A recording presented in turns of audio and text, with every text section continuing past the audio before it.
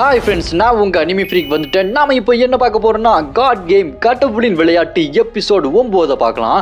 போன எபிசோட் கடைசியில் என்னாச்சுன்னா மங்கி கிங்கு அந்த பேட் கார்டு கூட சண்டை போடும்போது அந்த பேட் கார்டு புத்தா கடவுளோட அந்த கையை வச்சு அடிப்பாங்க தெரியுமா? கும்ஃபு ஹாஸ்டல் படத்தில் கூட நீங்கள் பார்த்துருப்பீங்க. அந்த பவர் வச்சு அந்த மங்கி கிங் அடிக்க அது அப்படியே பார்த்துட்டு புத்தா நீயா அப்படி சொல்லிட்டு மங்கி கிங் ஷாக்காக அதோட போன எபிசோடு முடிஞ்சிருக்கும். வாங்க நம்ம இந்த எபிசோடில் என்ன நடக்குதுன்னு பார்க்கலாம்.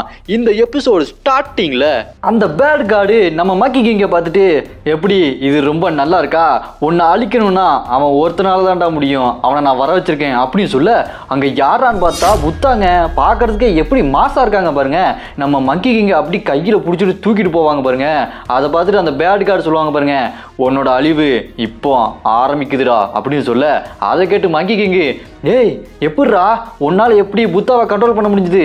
உன்ன மாதிரி ஒரு கெட்டவன் கிட்ட புத்தா இருக்க மாட்டானே, இதுக்கு வாய்ப்பே இல்லை அப்படி சொல்லிட்டு மங்கி கிங்கு தரையில் லேண்ட் ஆகி அந்த பேட் கார்டை பார்த்து சொல்லுவான் பாருங்க, உன்கிட்ட எல்லா கடவுளும் தலை வணங்கினாலும் நீ எவ்வளோ ஸ்ட்ராங்காக இருந்தாலும் அதை பற்றிலாம் எனக்கு கவலையே இல்லை, நான் சொன்ன வார்த்தையில் அப்படியே தான் நிற்க போகிறேன் அப்படின்னு சொல்லிட்டு ஒரு மலை மேலே மங்கி கிங் நிற்க முன்னாடி பார்த்தா புத்தாங்க. புத்தா சும்மா பயங்கர மாசா நிற்பாருங்க. அப்போ அந்த மங்கி கிங்கு கையை அப்படி கும்பிட்டுட்டு, நான் சொன்னது சொன்ன மாதிரி தான், நான் உனக்கு கட்டுப்பட மாட்டேன்டா அப்படி சொல்லிட்டு மங்கி கிங்கு செம்ம டென்ஷன் ஆகத்த. அதை பார்த்துட்டு அந்த பேட் கார்டு, அப்படின்னா சாகுடா, நீ இந்த வரலாறு இருந்தே அழிக்கப்படுவாய் அப்படின்னு சொல்லிட்டு புத்தாவை யூஸ் பண்ணி அட்டாக் பண்ண புத்தா அவரோட கையை வச்சு வேகமாக அமுக்குவார் பாருங்க. மங்கி கிங்க அதை தாங்கி பிடிச்சிட்டு இருப்பான். அப்படியே அந்த உலகத்தை விட்டு வெளியே காட்டினா பாருங்க புத்தாவோட கையை எவ்வளோ பெருசாக இருக்குது.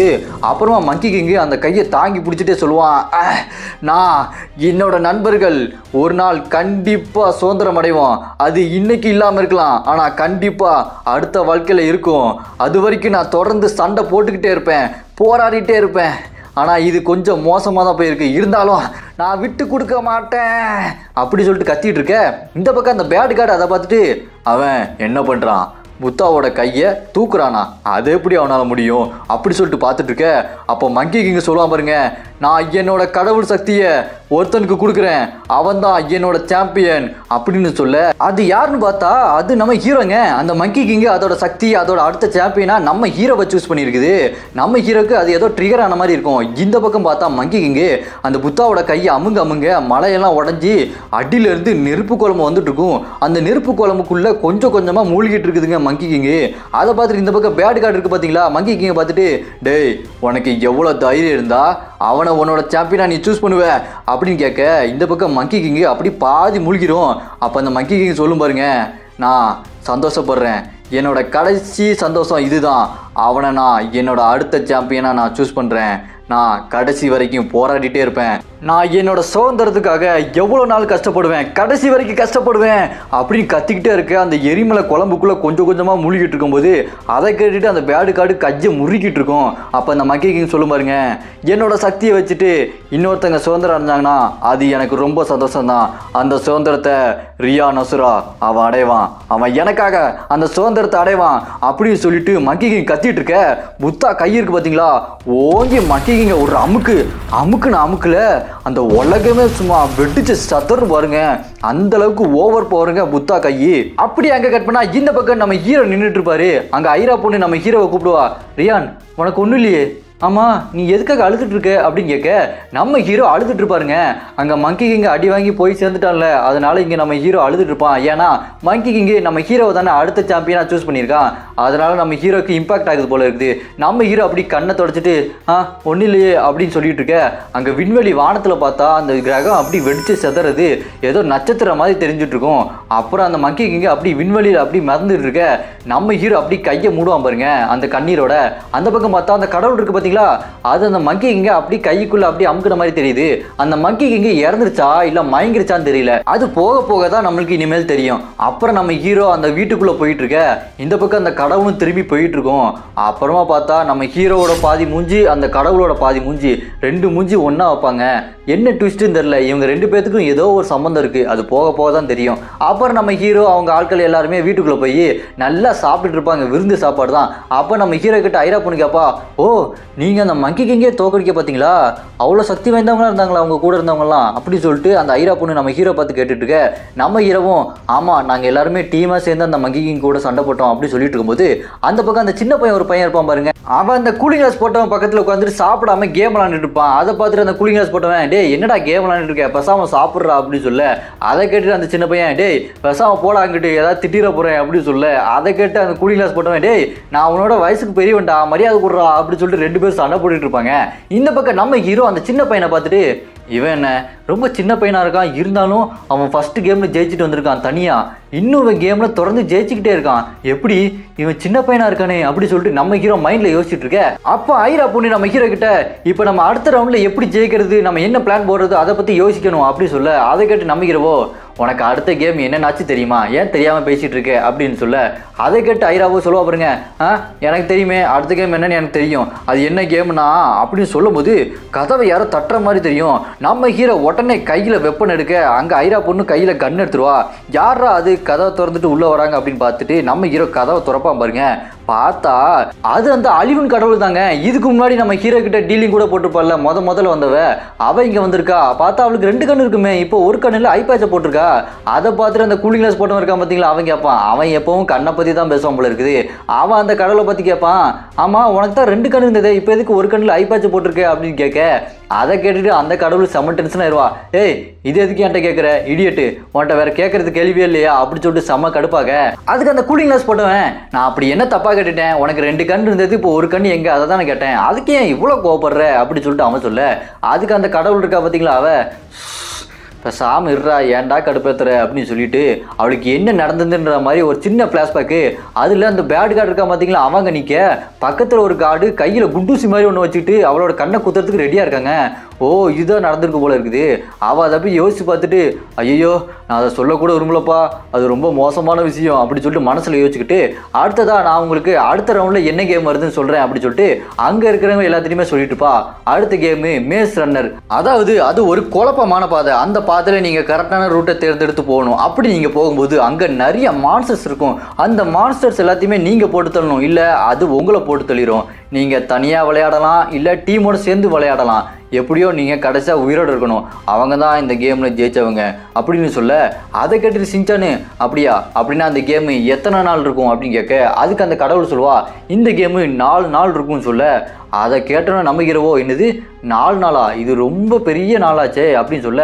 அந்த பக்கம் கொம்பு வச்சவன் இந்த கேமில் மட்டும்தான்டா ஒருத்தனை அடிக்க வேண்டான்னு இருக்குது அப்படின்னு சொல்ல. அதை கேட்டுட்டு அந்த கடவுள் இருக்கா பார்த்தீங்களா, அவ சொல்லுவா இந்த கேமில் 1,90,000 பேர் கலந்துக்கிறாங்க, அதில் வெறும் 1000 பேர் மட்டும்தான் 5வது ரவுண்டுக்கு செலக்ட் ஆவாங்க அப்படின்னு சொல்ல. அதை கேட்டுட்டு ஹீரோவோ என்னது 1000 பேர் தான் செலக்ட் ஆவாங்களா, அப்படின்னா மிச்சம் இருக்கிறவங்களாம் எங்கே போவாங்க அப்படின்னு சொல்ல. அதை உங்களுக்கு அந்த கேமை சொல்லித்தர ஒருத்தன் வருவான், அதாவது இதுக்கு முன்னாடி வந்தாங்க பார்த்தீங்களா அதே மாதிரி ஒருத்தங்க வருவாங்க, அவங்க சொல்லுவாங்க அப்படின்னு சொல்ல. அதை கேட்டு நம்ம ஹீரோ அப்படின்னா நீ எதுக்கு இங்கே வந்த, அவங்கள வந்து சொல்லு அப்படின்னு சொல்ல. அதுக்கு அவ சொல்லுவா நான் இங்கே ஒரு முக்கியமான வேலையாக தான் வந்திருக்கேன், உங்களுக்கு ஒரு சில மெமரியை கொடுத்து அடுத்த ரவுண்டுக்கு ரெடி ஆக்கணும், உங்களுக்கு அடுத்த ரவுண்டுக்கு இன்னும் 2 நாள் இருக்குது, அது வரைக்கும் இங்கே ரெடியாக இருங்க, நீங்கள் நல்லா ரெஸ்ட் எடுங்க, இங்கே ஹீலிங் மருந்து இருக்குது, அந்த ஹீலிங் மருந்தை யூஸ் பண்ணி ஹீல் பண்ணிக்கங்க அப்படின்னு சொல்லிட்டு இருக்கும்போது அந்த ப்ளூ கலர் கண்ணு இருக்க பொண்ணு இருக்கா பார்த்தீங்களா, அவ கேப்பா ஆமாம் இந்த கேம் எப்படி இருக்கும், இந்த கேம் என்னன்னு கரெக்டாக சொல்கிறீங்களா அப்படின்னு சொல்ல. அதை கேட்டுட்டு அந்த கடவுள் இருக்கா பார்த்தீங்களா, இவ்வளோ நேரம் என்ன சொல்லிட்டு இருந்தேன், என்னோ புதுசாக கேட்குற அப்படின்னு கத்த. அதை கேட்டுட்டு அவ்வளோ சரிங்க அப்படின்னு சொல்லிட்டு அமைதியாக இருப்பா. ஆனால் மனசுக்குள்ளே ஏன் இவ ஓவரா கத்துறா, ரொம்ப திமிர்தா அவளுக்கு அப்படின்னு சொல்லிட்டு திட்டிட்டு இருப்பாளா. அப்புறமா அந்த கடவுள் இருக்கு பார்த்தீங்களா, அது சொல்லிட்டு இருக்கோம் ஆமாம் உங்களுக்கு அந்த குழப்பமான பாதைன்னா என்னன்னு தெரியுமா அப்படின்னு கேட்க. அவங்க எல்லாம் பேக்கன்னு முழிப்பாங்க. அதை பார்த்துட்டு உங்களுக்கு அப்படின்னா என்னன்னே தெரில அப்படி தானே, இந்த கேமில் டீமும் ஜெயிக்காது, தனியாக போயும் ஜெயிக்க முடியாது, இந்த கேமில் உயிரோடு இருக்கவன் மட்டும்தான் ஜெயிப்பான் அப்படின்னு அந்த கடவுள் சொல்ல. அதை கேட்டுட்டு நம்ம ஹீரோ ஒரு மாதிரி முறைச்சிக்கிட்டு இருப்பான். அப்புறம் நம்ம ஹீரோ அந்த கடவுள்கிட்ட கேட்பான் ஆமாம் நீ எதை தான் சொல்கிற, குழப்பமான பாதைங்கிற, அப்புறம் 1000 பேர் தான் மிச்சம் இருப்பாங்கன்ற, எனக்கு ஒன்றும் புரியல, நீ தெளிவாக சொல்லு அப்படின்னு சொல்ல. அதை கேட்டுட்டு அந்த கடவுள் சொல்லுவாங்க அதை சொல்கிறதுக்கு உங்களுக்கு கொம்பு வச்ச மாட்டு கடவுள் ஜட்ஜாக வந்து சொல்லுவாங்க, அது வரைக்கும் வெயிட் பண்ணுங்க, நான் அதுக்காக வரல, நான் உங்களுக்கு 4வது ரவுண்டை முடிச்சனால ஒரு கிஃப்ட் கொடுக்கலான்னு வந்தேன், உங்களுக்கு ஒரு முக்கியமான மெமரியை கொடுக்க போகிறேன் போறேன் அப்படின்னு சொல்ல, அதை கேட்டுட்டு நம்ம ஹீரோவோ என்னது மெமரி கொடுக்க போறியா அப்படின்னு கேட்ட உடனே அந்த கடவுள் எல்லாரும் ரெடியா இருங்க உங்களோட மெமரிக்குள்ள போக அப்படின்னு சொல்லிட்டு அங்க இருக்க எல்லாத்துக்குமே மெமரி கொடுக்க அவங்க அப்படியே அசையாம நிற்பாங்க. அப்புறம் நம்ம ஹீரோ அவனோட மெமரிக்குள்ள அப்படியே விழுவான் பாருங்க. பார்த்தா ஒரு காடு, அது ஒரு ஊர் மாதிரி இருக்குது. அந்த பக்கம் ஃபுல்லா எரிஞ்சிட்டு இருக்குது அந்த ஊரு. ஜோன்னு மழை பெஞ்சிட்டு இருக்கு. நம்ம ஹீரோ அங்க வந்து நின்றுட்டு அந்த வீட்டுக்கிட்ட பார்த்துட்டு இருக்க, அங்க ஒரு சத்தம் கேட்கும். ஒரு சின்ன பையன் அம்மா அப்பா கெஞ்சி எதிரிங்க எதிரிங்க அப்படி சொல்லிட்டு அழுதுட்டு இருப்பான். அது யாருன்னு பார்த்தா நம்ம ஹீரோ தாங்க. வெளியே ஒரு அக்கா, அவங்க யாரு நம்ம ஹீரோட அக்கா இச்சிகா தான். அவங்க ஒரு சாமுராயை கொண்டுட்டு சும்மா தரன்னு இழுத்துட்டு வருவாங்க. அவங்க கழுத்துல அந்த சில்வர் டாலரும் போட்டிருப்பாங்க. அவங்க அந்த சாமுராயை அப்படியே அந்த பக்கம் போட்டுட்டு அவனோட தம்பி அதாவது ரியா நம்ம ஹீரோ கிட்ட போவாங்க பாருங்க. நம்ம ஹீரோ சின்ன பையனா தானே இருப்பான், அழுதுட்டு இருப்பான் ஓன்னு. அப்புறம் அவங்க அக்கா இச்சிகா வர, ஏ ரியான் அழாத நான் உன் கூட தான் இருக்கேன் அப்படி சொன்னோன்னே நம்ம ஹீரோ திரும்பி அவங்க அக்காவை கட்டி பிடிச்சி அழுதுட்டு இருப்பான். அக்கா ஏக்கா அப்படி நடந்தது, அம்மா அப்பா சாதாரண விவசாயி தானே, அவங்கள எதுக்காக கொண்டாங்க அப்படி சொல்லிட்டு நம்ம ஹீரோ அவங்க அக்கா கிட்ட அழுதுட்டு இருக்க, அதுக்கு அவங்க அக்கா அட்டாக் அண்ட் டைட்டன்ல மிக்காசா சொன்ன டைலாக தாங்க சொல்றாங்க. இங்க பாரு ரியான், இந்த உலகம் ரொம்ப கொடூரமானது, இறக்கமே இல்லாதது, அன்பேரானது, அதனால தான் நம்ம அம்மா அப்பா இறந்து போயிட்டாங்க அப்படின்னு அழுதுட்டே சொல்லிட்டு, இங்க பாரு ரியான், நான் ஒரு இடத்துக்கு போயிட்டு 5 மணி நேரத்தில் திரும்பி வரல அப்படின்னா நீ கிழக்க பக்கம் போ, அங்கே நம்ம பாட்டி இருப்பாங்க, அவங்க கிட்ட நீ பத்திரமா இரு அப்படின்னு சொல்லிட்டு நம்ம ஹீரோட அக்கா அங்கேருந்து கிளம்ப, நம்ம ரியான் இருக்கான் பாருங்க ஹீரோ, அவன் கதறி அழுவான். அக்கா போகாதக்கா, நீ மட்டும் தாக்கா எனக்கு இருக்க, எங்கக்கா போற அப்படின்னு சொல்லிட்டு அழுதுட்டு இருக்க. அதுக்கு நம்ம ஹீரோட அக்கா, இப்போ நான் போகிறது உனக்கு அர்த்தமே இல்லாத மாதிரி தான் இருக்கும், ஆனால் நீ கண்டிப்பாக ஒரு நாள் புரிஞ்சுக்குவே, உன்னை விட வேற யாரும் இதை தெளிவாக புரிஞ்சுக்க போகிறது இல்லை, இந்த கொடூரமான உலகத்தில் நீ தைரியமாக வளரணும் அப்படின்னு சொல்லிட்டு அங்கே நம்ம வளர்ந்த ஹீரோ இருப்பான் பார்த்தீங்களா, அவனை பார்த்து சொல்லிட்டு அங்கேருந்து கிளம்புவாங்க. இங்கே நம்ம ஹீரோ கதறி அழுவான், அக்கா போகாதக்கா அப்படின்னு சொல்லிட்டு அழுதுட்டு இருப்பான். நம்ம ஹீரோ அதை பார்த்துட்டு ஃபீல் பண்ணிட்டு இருப்பான். அப்புறமா பார்த்தா அந்த சாமுராயெல்லாம் இருக்காங்க பார்த்தீங்களா, அந்த ஊரே அழிச்சாங்கல்ல, அவங்கெல்லாம் ஒன்றா உட்காந்துட்டு பார்ட்டி பண்ணிட்டு இருப்பாங்க. அப்புறம் அங்கே இருக்க ஒருத்தன் கையில் கிளாஸ் எடுத்துட்டு, மாஸ்டர் நீங்கள் சொன்ன மாதிரி நம்ம கலக்கிட்டோம், நம்ம ஜெயிச்சிட்டோம் அப்படி சொல்லிட்டு கொண்டாடிட்டு இருப்பானுங்க. அப்புறம் பார்த்தா அவன் கழுத்துல சர்ட்னு ஒன்று வந்து சொருகும் பாருங்க, அவ்வளோதான் அவன் கதை அங்கே முடிஞ்சிடும்.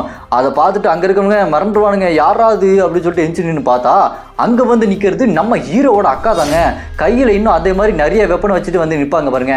அவங்க அங்கே இருக்கிறவங்கள பார்த்து கேட்பாங்க, ஆமாம் மனுஷ உயிர் ரொம்ப விலை மதிப்பில்லாதது அப்படி தானே, இங்கே பாருங்க மாஸ்டர், நீங்கள் உயிரோடு இருக்கணுமா, நீங்கள் எதுக்காக உயிரோடு இருக்கணும்னு கொஞ்சம் சொல்கிறீங்களா அப்படின்னு வெறித்தனமாக கேட்க, அதுக்கு அங்கே இருக்க மாஸ்டர் ஒருத்தன் கேட்பான், ஏய் யார் நீ எதுக்காக இங்கே வந்திருக்கு அப்படின்னு கேட்க, அதுக்கு நம்ம ஹீரோட அக்கா சொல்லுவாங்க, நான் தான் உங்களால் பாதிக்கப்பட்ட அப்பாவிகளில் ஒருத்தி அப்படின்னு சொல்லிட்டு கையில் 2 கத்தியை வச்சுட்டு அட்டாக் பண்ணுறதுக்கு வேகமாக ஓடி வர, அதுக்கு அங்கே இருக்கவங்களோ மாஸ்டரை காப்பாற்றுங்க ப்ரொடெக்ட் பண்ணுங்க அப்படின்னு சொல்ல முன்னாடி 2 பேர் பாதுகாப்பு நிற்பாங்க.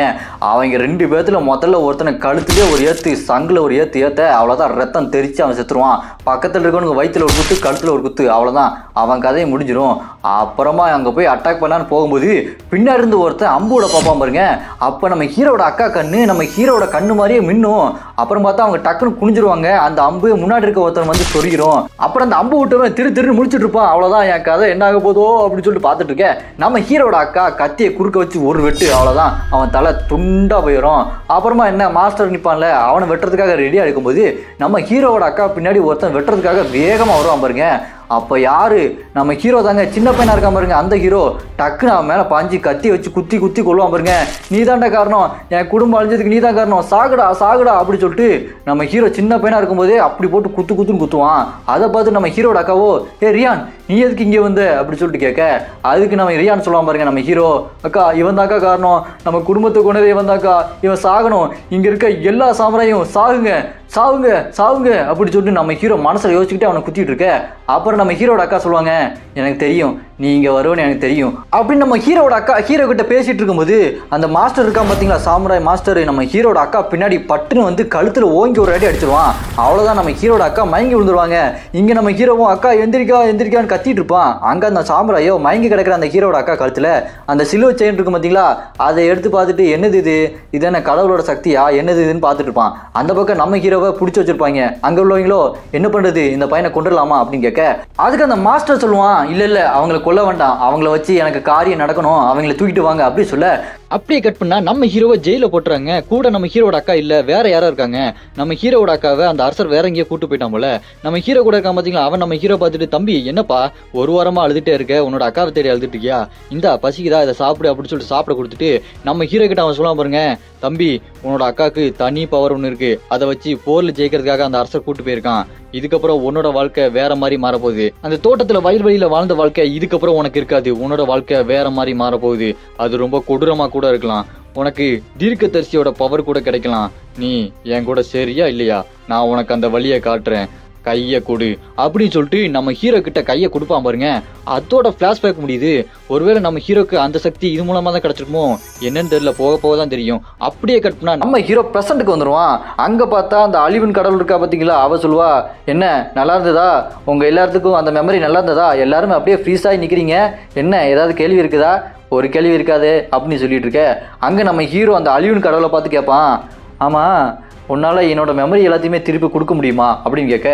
அதை கேட்டுட்டு அந்த அழிவின் கடவுளோ, நீ என்ன பேசிட்டு இருக்க, பேசாம போ அப்படின்னு சொல்லும் போது அங்க நம்ம சிங்சானு, டே ரியான் என்னாச்சு அப்படின்னு கேட்டுட்டு இருப்பானா. ஆனா நம்ம ஹீரோ சிங்சான் கூப்பிடறத கண்டுக்கிடாம தொடர்ந்து அந்த அழிவின் கடவுள் இருக்கா பாத்தீங்களா, அவகிட்ட தான் பேசிட்டு இருக்கான். அப்ப நம்ம ஹீரோ அவட்ட சொல்லுவான், எனக்கு ஒரு விஷயம் தான் ரொம்ப ஆர்வமாவே இருக்கு, எனக்கு அது தெரிஞ்சாகணும். ஆமா உன்னோட கண்ணு என்னாச்சு அப்படி சொல்லிட்டு நக்கலா கேட்க. அதை கேட்டோன்னு அவளுக்கு செம்ம கடுப்பாகும் பாருங்க. வேகமா நம்ம ஹீரோ கிட்ட போய் கழுத்தை பிடிச்சி தூக்கி செவுத்தோட வச்சுக்கிட்டு கடுப்புல நின்றுட்டு இருக்க. நம்ம ஹீரோ அந்த நிலைமையில அவளை பார்த்து சொல்லுவான் பாருங்க, நினைச்சேன் உன்னோட ஒரு கண்ணை அந்த கடவுள் தானே எடுத்துட்டான், உன் கண்ணை அந்த கடவுள் எடுத்துட்டான் அப்படின்னா நீ எதுக்காக அவனுக்கு வேலை பார்த்துட்டு இருக்க, நான் சொல்றதை கேளு, என்னோட மெமரியை ஃபுல்லாக என்கிட்டே கொடுத்துரு, அதை நீ ஃபுல்லாக என்கிட்ட கொடுத்துட்டேன்னா உனக்காக அந்த கடவுளை நான் பழி வாங்குறேன் அப்படின்னு சொல்ல நம்ம ஹீரோட கண்ணு பயங்கரமாக மின்னும் பாருங்க. இதோட இந்த எபிசோடு இங்கே முடியுதுங்க. போக போக பயங்கரமான சம்பவம்லாம் வந்துட்டு இருக்கு. யாருக்கெல்லாம் அடுத்தடுத்த எபிசோடு வேணும்னு நினைக்கிறீங்களோ கமெண்ட்ல அரைஸ் அப்படின்னு கமெண்ட் பண்ணுங்க. இந்த வீடியோ பிடிச்சிருந்தா மறக்காம லைக் பண்ணிருங்க. நம்ம அனிமி ஃப்ரீக் சேனலை மறக்காம சப்ஸ்கிரைப் பண்ணிருங்க.